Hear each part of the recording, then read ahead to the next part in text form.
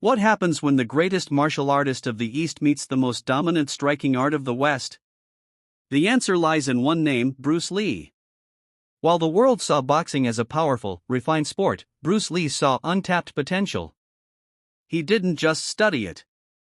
He transformed it. Today, we'll break down how Bruce Lee took Western boxing to the next level, using it not just as a sport, but as a lethal martial weapon in street combat and real fights. What you're about to hear will change how you see boxing forever. Bruce Lee's first encounter with Western boxing. Bruce Lee's exposure to boxing began early in life. During his teenage years in Hong Kong, he faced a culture deeply rooted in traditional Chinese martial arts like Wing Chun. But Bruce was different. He was curious, rebellious, and analytical. He wanted to see what worked and what didn't. It wasn't long before he started watching boxing matches and studying Western fighters. He was fascinated by how boxers moved, defended, and countered.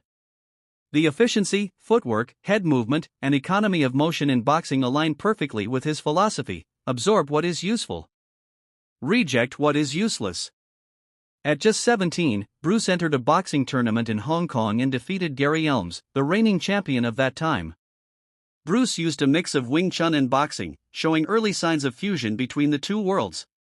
Even back then, his understanding of boxing mechanics was ahead of his time. But he didn't stop there. Breaking down the boxing guard, Bruce Lee's tactical analysis. Bruce Lee carefully analyzed the boxing guard, the way fighters positioned their hands and body. He realized that a good guard didn't just protect your face, it also set up your attacks. Unlike many traditional martial artists who kept rigid postures, Bruce admired how boxers used a flexible, high guard to transition between offense and defense instantly. He studied the likes of Muhammad Ali, Jack Dempsey, Sugar Ray Robinson, and Joe Louis. But he wasn't just copying them, he was deconstructing their movements. He noted how the lead hand could parry, jab, or distract. He saw how boxers used subtle feints and quick hand retractions to bait responses.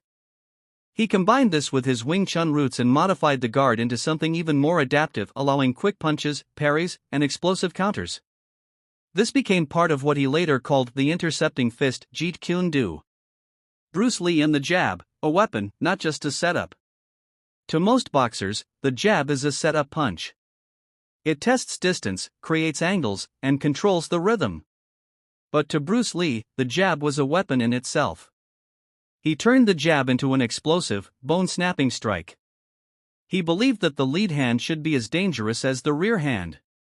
That's why he trained it obsessively, using explosive twitch muscle exercises, finger push-ups, and speed bag drills. Bruce also innovated the non-telegraphed jab, a punch that came without any shoulder movement or